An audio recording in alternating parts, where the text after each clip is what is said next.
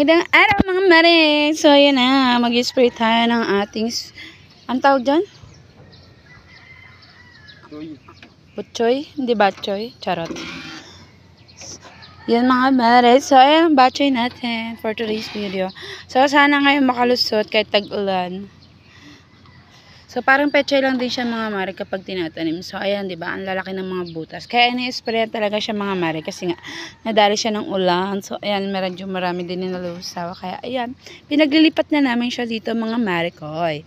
So dito nga mga mare koy, dahil sobrang lamok kaya nagpapausok ang mare nyo. Kasi nga naman sa dami ng lamok, baka naman madengge tayo. Charot, wag naman sana.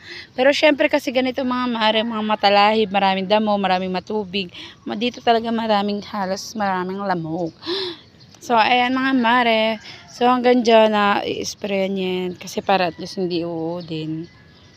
So, sana makalusot nga naman ngayong tag-ulan.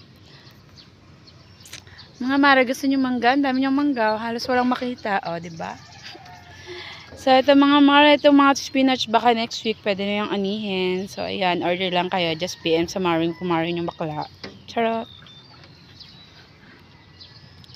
So, ayan mga mare.